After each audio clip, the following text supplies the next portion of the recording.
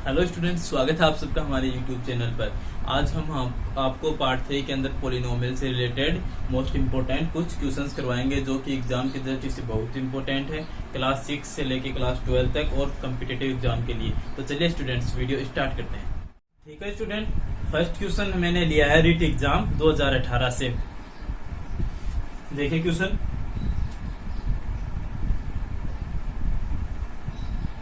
-√3 plus 84 plus 18√3 और इसके ऊपर भी रूट लगा है। अब देखो, देखने में क्वेश्चन कितना डिफिकल्ट लग रहा है, लेकिन हम इसको बहुत ही आसान ट्रिक से करेंगे। देखो, इसके अंदर 4 ऑप्शन आए थे एग्जाम में, √3 -√3 3 और 0, ये 4 ऑप्शन आए थे। इनमें से अपना एक आंसर है। अब देखो इसको कैसे सोल्व करेंगे। देखो, कभी भी आपके सामने ऐसी कंडीशन आ जाए तो वो हमेशा आप उसको मानक रूप के फॉर्मूले से करोगे। मानक रूप क्या होता है, देखो अभी बताता हूँ। मानक रूप वो होता है, उसके लिए हमें यहाँ पर 2 बनाना पड़ता है, मतलब यहाँ 2 होना जरूरी है, तभी वो क्वेश्चन उस फॉर्मूले से सोल्व होता है। तो देखो, पहले अपन ओनली इसी को सोल्व करते हैं, 84 प्लस 18√3 को।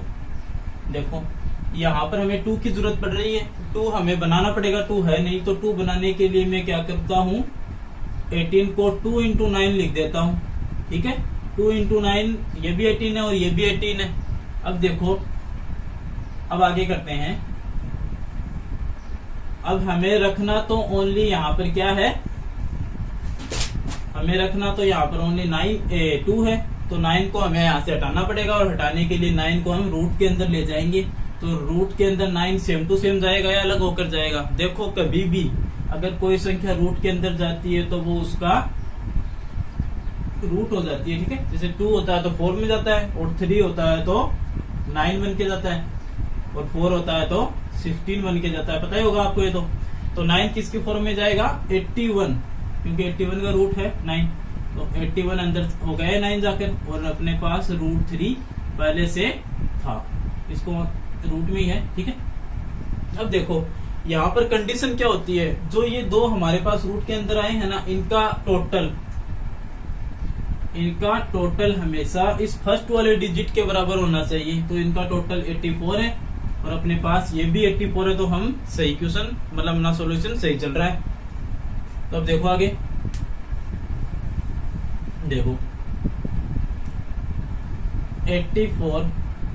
अब हमारा आंसर क्या आएगा, देखना, जो रूट के अंदर ये 2 संख्या अगर ये सेम हो गई, इसके बाद हम डायरेक्ट आंसर लिखेंगे। रूट के अंदर जो भी है हमारे, इनमें से पहले वाला रूट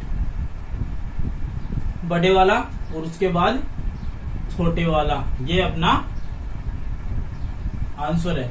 ठीक है, मतलब जो भी आए। अब देखो कैसे किया मैंने, पहले हमें इसको 2 बनाया, 2 बनाने के लिए इसके 2 टुकड़े किए, फिर जो 2 के अलावा जो बच गया था उसको मैं अंदर ले गया। अंदर ले जाने के बाद अपने 2 फैक्टर आए, उस फैक्टर में से मैंने बड़ा वाला फैक्टर पहले लिख दिया, फिर प्लस का सिंबल लगाया और छोटे वाला बाद में लिख दिया। तो वही अपना आंसर है। अब देखो, हमारा क्वेश्चन पूरा नहीं हुआ अभी, तो हमने बस इतना ही सोल्व किया है। अब देखो ये और बच गया अपना, तो मैं अब साथ में लिख लेता हूँ -√3। अब देखो 81 किसका रूट होता है, 9 का, तो मैं यहाँ पर इसको 9 लिख देता हूँ, और प्लस √3। अब देखो -√3 और ये +√3 कट गया। अब क्या बचा हमारे पास, √9, और √9 किसका रूट होता है, 3 का। तो हमारा आंसर आया है ऑप्शन ये 3 वाला। ठीक है, देखो कितने आसान तरीके से हमने क्वेश्चन, देखने में कितना डिफिकल्ट क्वेश्चन लग रहा था ना, तो ठीक है, अपना आंसर हो गया है। ये क्वेश्चन आया था रीट 2018 में। अब हम नेक्स्ट क्वेश्चन करते हैं। देखो हमारा क्वेश्चन था, निम्न में से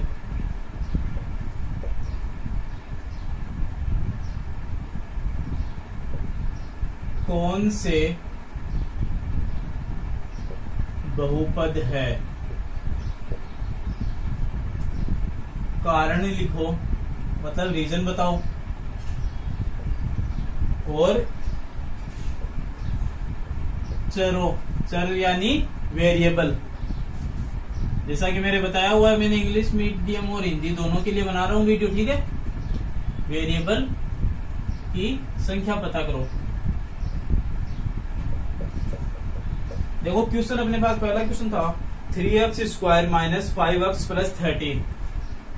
3x square minus 5x plus 13। अब देखो पहले तो हमें इसने एक ये बीजीय व्यंजक दिया है, मतलब अलजेब्रिक एक्सप्रेशन। अब हमें पहले तो ये पता करना ये पोलिनोमियल है या नहीं। पोलिनोमियल के लिए आप मेरे 3 वीडियो बनाए, मैंने 3rd वीडियो है पोलिनोमियल का, इसमें से फर्स्ट वाला वीडियो उसमें एकदम से देखते हैं, आपको पता लग जाएगा ये पोलिनोमियल है या नहीं।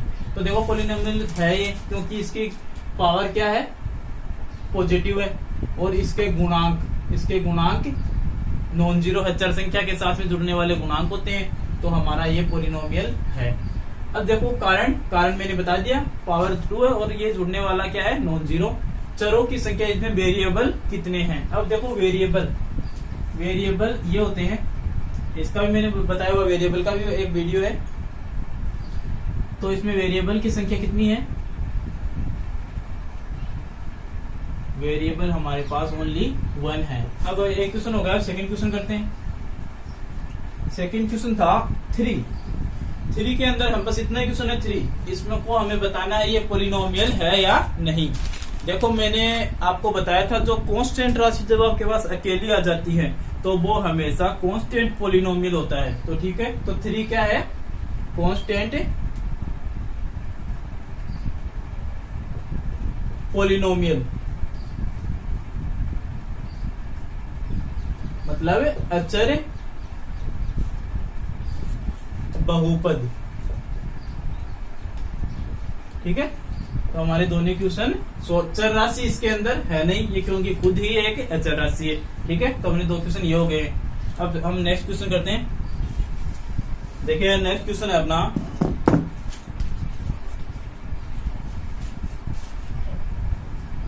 निम्न व्यंजकों में से प्रत्येक में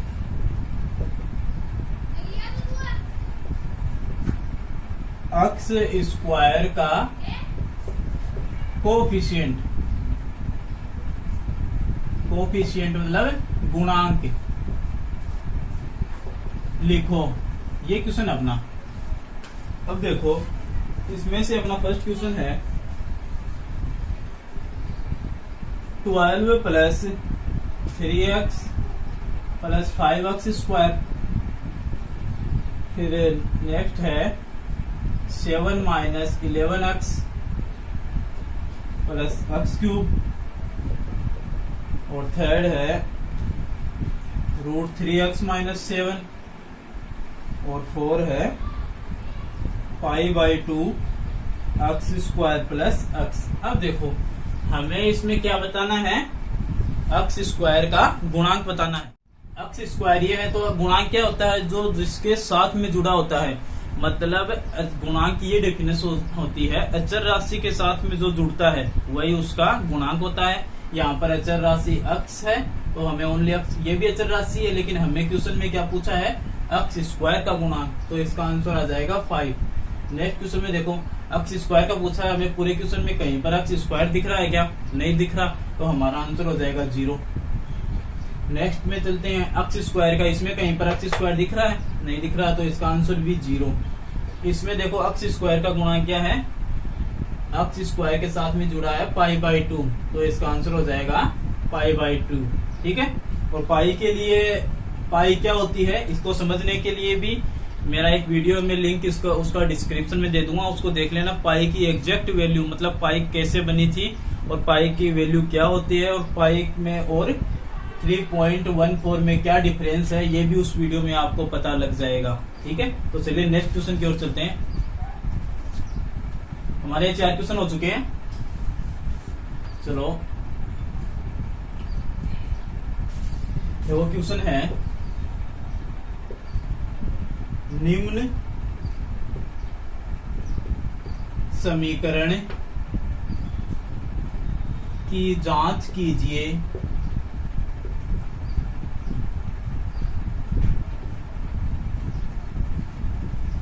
क्या ये द्विघात समीकरण है,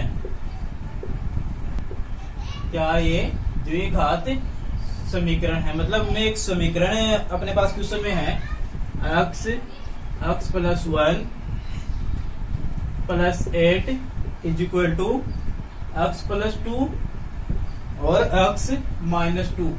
हमें एग्जामिनर ने एक समीकरण दिया है, इसके अंदर हमें चेक करके बताना है कि ये द्विघात समीकरण मतलब क्वाड्रिक पॉलिनोमियल्स है या नहीं। तो देखिए पता करते हैं। सबसे पहले मैं इसको सोल्व करूंगा।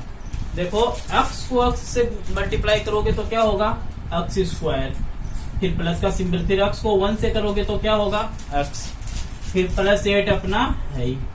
अब देखो x plus 2 x minus 2 a plus b और a माइनस b के फॉर्मूले से करेंगे इसको। देखो a plus b a minus b is equal to होता है a square minus b square. तो देखो हमारे पास इसका क्या आंसर आ जाएगा x स्क्वायर माइनस 2 स्क्वायर। तो देखो x square plus x plus 8 is equal to, मैं इसको लिख सकता हूँ x स्क्वायर माइनस 4।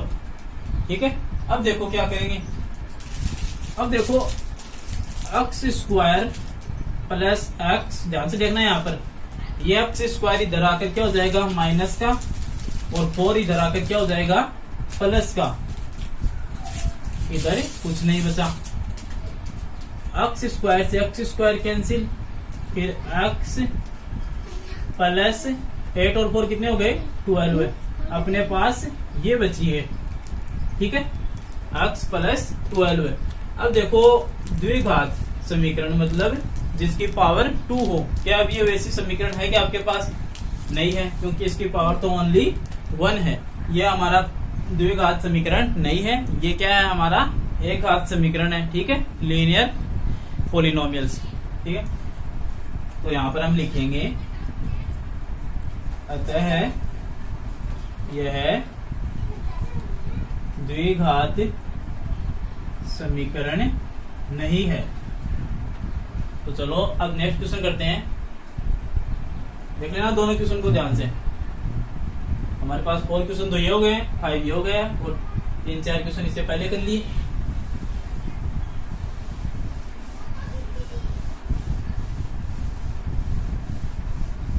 देखो नेक्स्ट क्वेश्चन है अपना, निम्न बहुपद का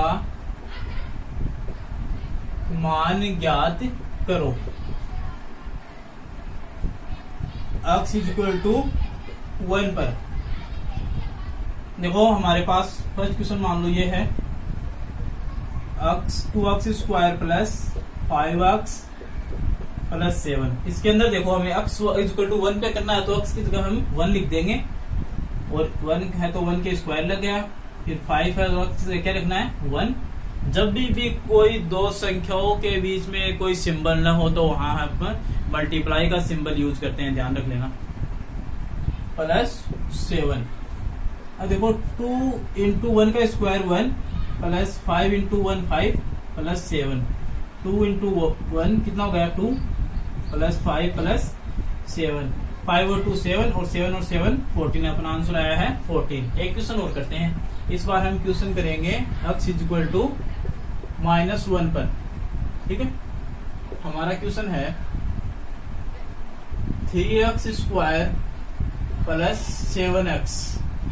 अब देखो x की जगह इस बार हमें क्या रखना है -1, तो 3 इंटू -1 स्क्वायर प्लस 7 इंटू -1।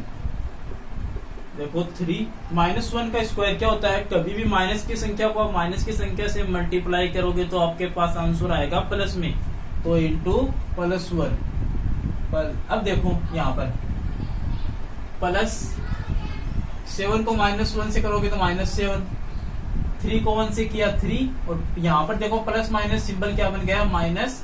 तो बड़ी संख्या प्लस माइनस की है, छोटी संख्या प्लस की, तो हमारा आंसर आ गया -4। ठीक है, ऐसे हम बहुपदों की वैल्यू निकालते हैं। तो हमारे सभी टाइप के क्वेश्चन हो गए हैं। अपने पॉलिनोमियल्स देख लिए, डिफिकल्ट हमने वो फर्स्ट क्वेश्चन बताया था, हमने पॉलिनोमियल्स की वैल्यू निकालना सीख ली, हमने पोलिनोमियल्स के मान सीख लिए, हमने पोलिनोमियल के बारे में सब कुछ सीख लिया है। तो इन 3 वीडियो के बाद में आपको पोलिनोमियल से रिलेटेड कोई भी वीडियो देखने की जरूरत नहीं पड़ेगी। अगर आपको ये हमारा वीडियो पसंद आया है तो वीडियो को लाइक कीजिए, अपने फ्रेंड के साथ शेयर कीजिए, और अगर आप चैनल पर नए हो तो चैनल को सबसे पहले सब्सक्राइब जरूर कर लें।